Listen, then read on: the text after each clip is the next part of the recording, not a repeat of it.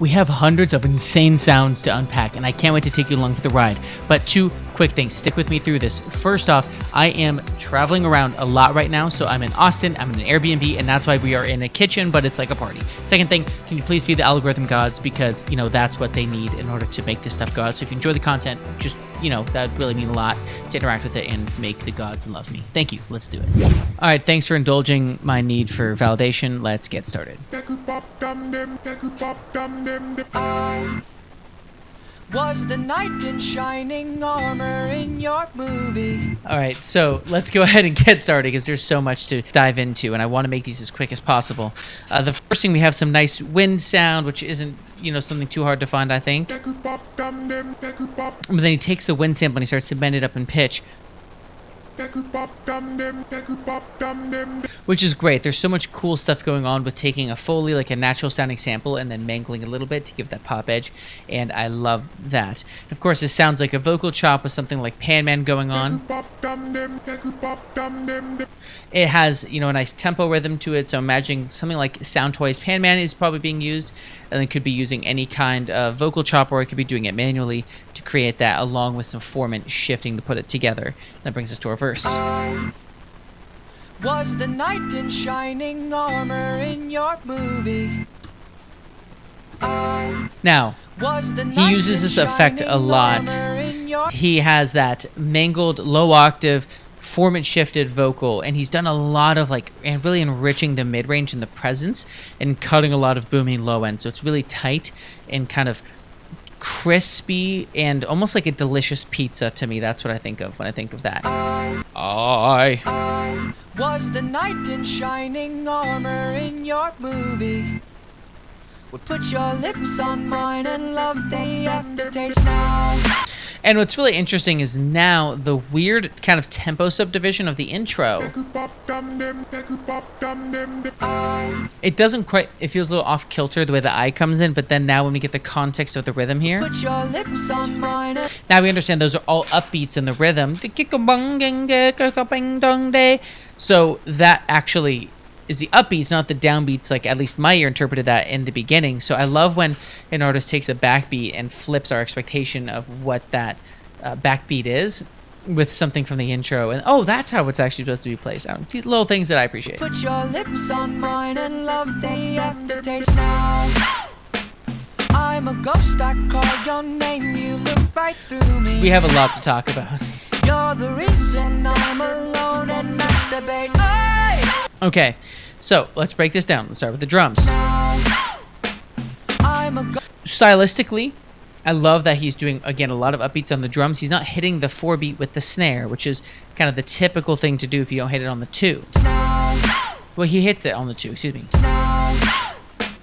I'm a ghost, I call. Heavy swung.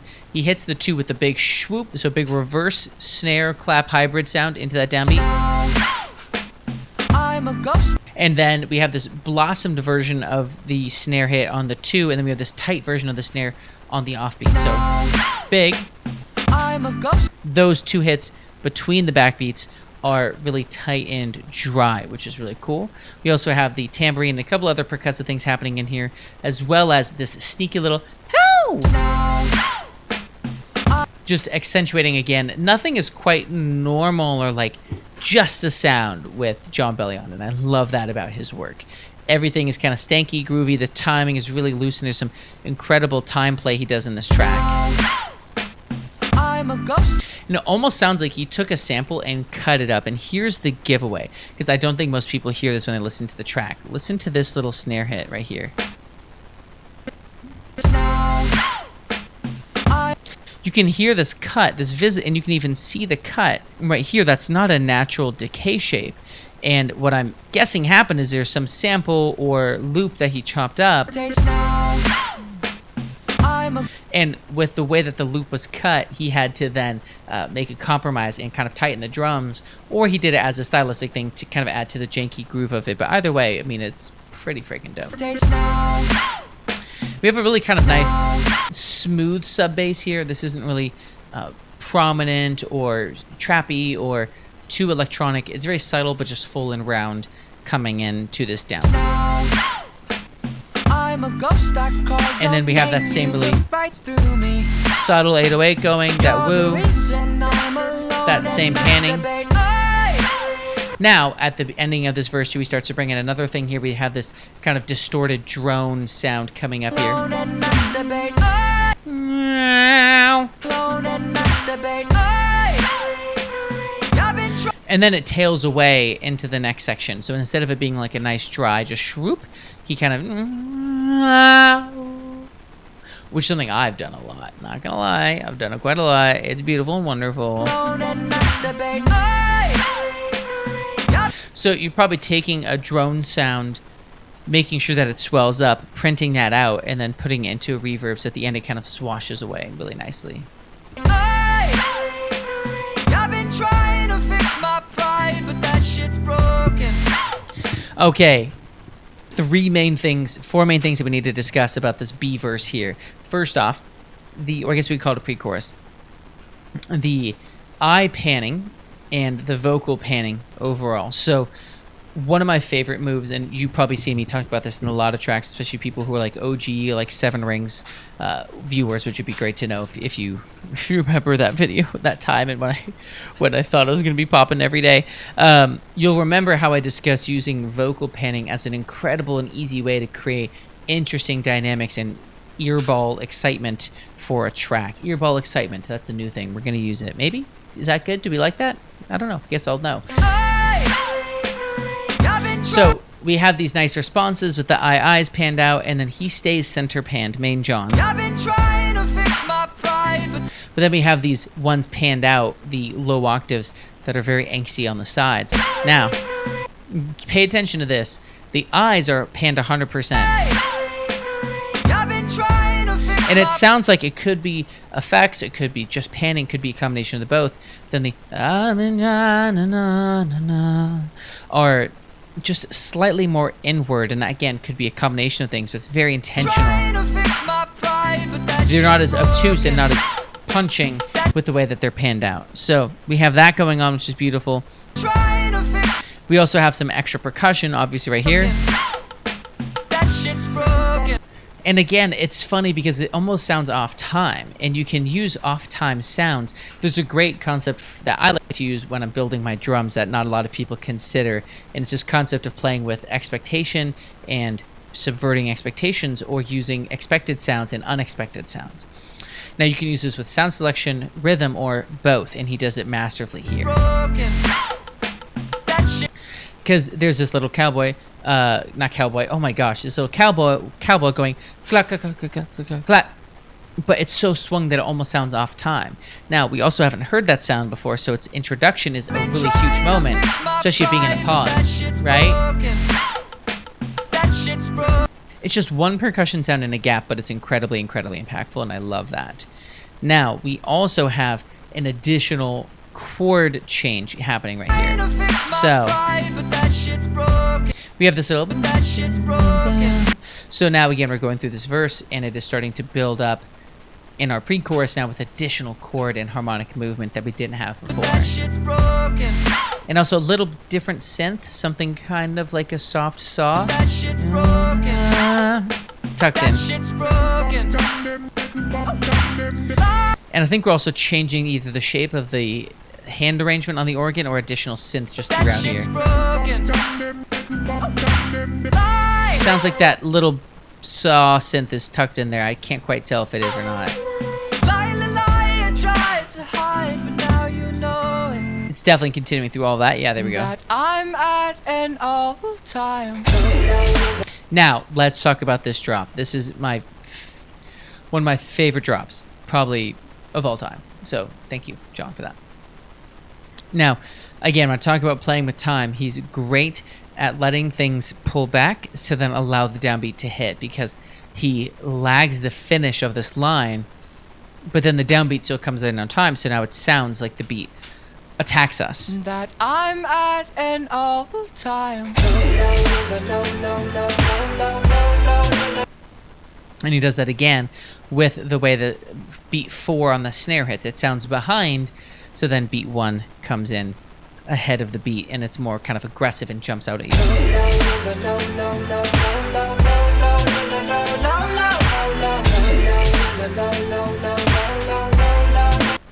It's a really interesting volley and a really fun dance. Now, there's the obvious things, that the drums are beefed up, we have our full backbeat now, we haven't had that yet in this song. Now, before we go any further, I need to tell you about one of the things that I harp on a lot with songs that get sent into my way, and that is the concept of letting things have space versus letting things be impactful and having deep, deep contrast. You see this concept of contrast creating depth and complexity all over the place, with cooking, with salt and sweet, or sweet and sour, sweet and savory, and contrast that complement each other so you can really identify the flavors in the piece. And this is very much the case with this song. We have these huge pounding drums. And it's pretty much the only thing that punches, but because it has so much room and it stands out as being enormous. Everything else is pretty lush and warm and round. Obviously his vocals are EQ'd pretty bright, but along with that, now we also have these string parts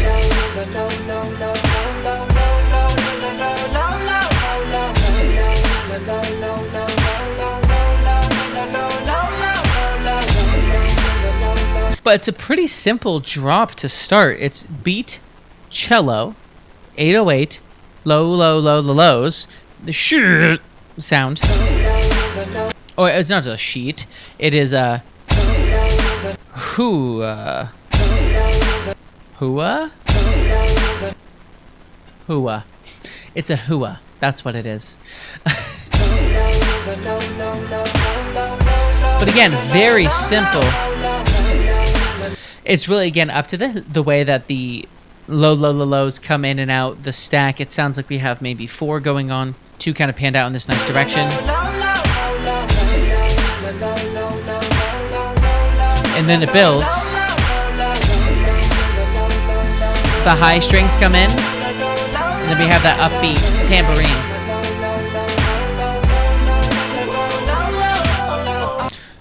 Now, pay attention. This ending of the first chorus, a portend into what's to come next. That's the only time he gives that to us in that chorus. We only get it once, and it's a cool transition. But of course, we know that comes in as an incredibly crucial part. So I love when we get these sneak previews of melodies to come and moments to come, and you don't even quite realize it. I mean, I've heard this song probably 5,000 million times at this point, so I didn't know it was coming. But again, songs like this to me prove how important each core element is, because oftentimes we're wanting to stuff more elements and more patterns in here, but this is a beat, 808, cello, strings, hua, low, like in a melody, and that's it. Incredibly simple. We develop it in the back half, a little more percussive energy, a little more strings, and then that's the whole chorus, and we give that tag to portend what's coming later. We have that nice tail from everything as we go back in. This verse is the same so far.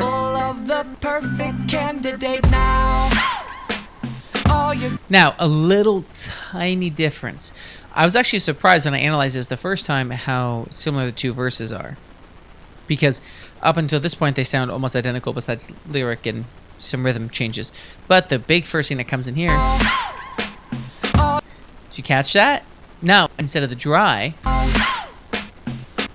we have this wet, lush one here. Small details, small changes, huge impact on the song. All your girlfriends say that you don't want to see me. Again, all this is the same, besides the vocals. But now, tiny detail, John, I see you.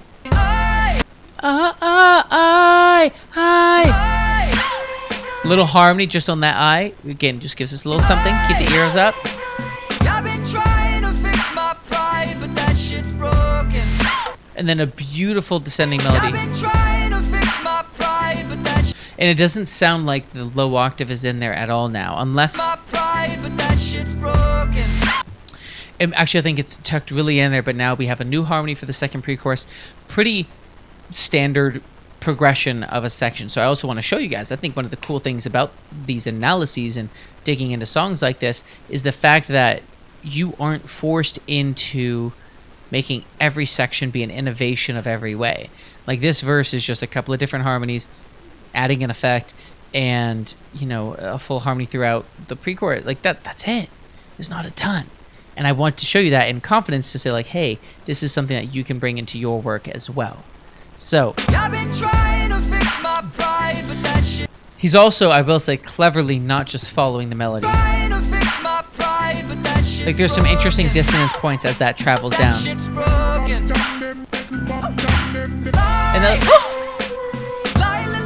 And then, there's a tiny baby synth tucked under there. I tried to hide, but now you know it. And again, he did a great job kind of swooning his way down there, like really nailing the emotion. That I'm at an all Same entrance.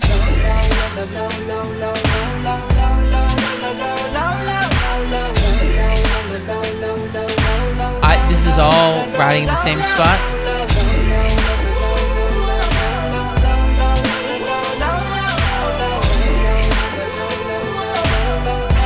So we have panned out vocals doing with a bunch of eighth note delay, I believe.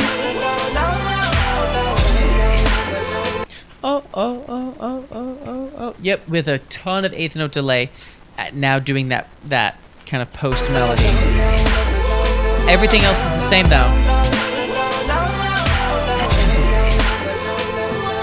Wow, I'm actually kind of surprised.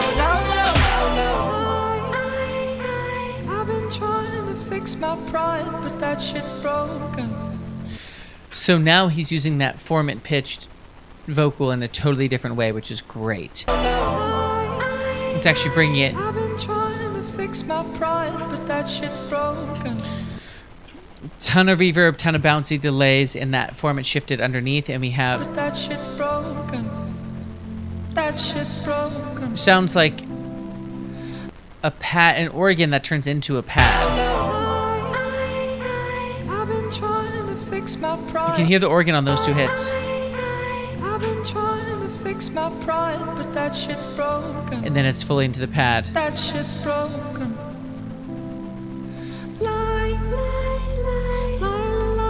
Try to hide, now you know it.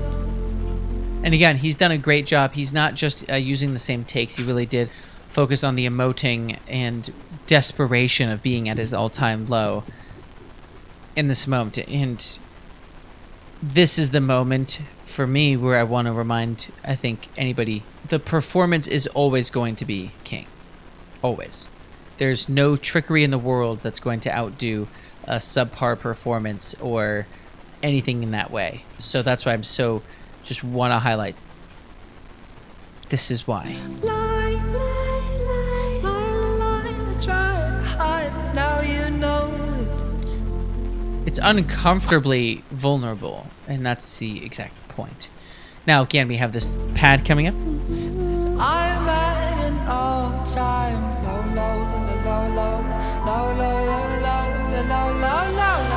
So we obviously have a lot of things coming in here. We have this like kind of brassy synth.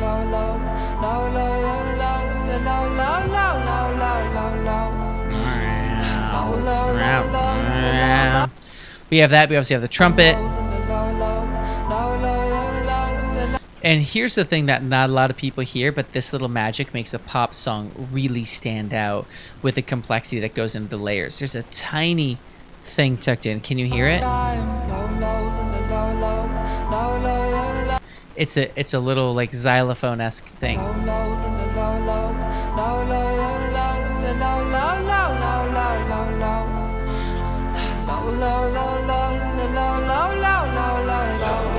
Beautiful. And of course, what a brilliant way to demonstrate your all-time low than not even being able to sing your chorus. What? Dude. Like, that's such a brilliant move.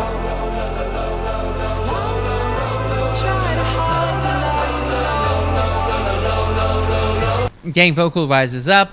we have the synths and everything kind of coming up in energy, and then we're letting kind of John get to float away. Again, we're using the principle of contrast here, allowing the elements to get big and then letting somebody get small or not take main stage, so that person, that moment, that sound can have its day in the sun. Almost overwhelming. Then, of course, we have a pretty classic riser. We have just the synths getting bigger, getting more round, more forward to build up to this moment. And then we have this. And this is like a classic.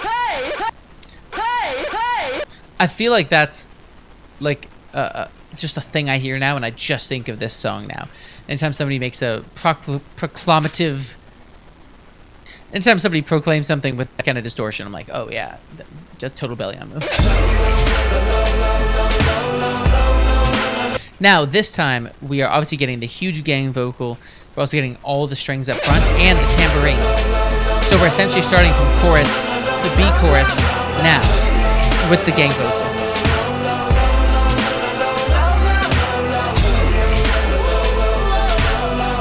Same post.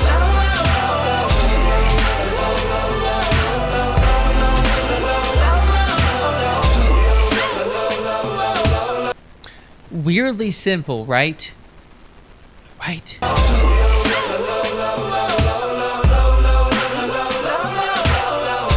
Now pay attention here. The drums tightened up. So much tighter. Now, I'm not sure, and I want you to vote. You need to let me know. Is there a punch layered in on beat 4 of this groove? Is that... Is it a whip? Is it a punch? Is it just like a dark kind of warm clap? I don't know. We'll never know unless John Bellion sees us. Hi, how are you doing today, sir? Wonderful to see you.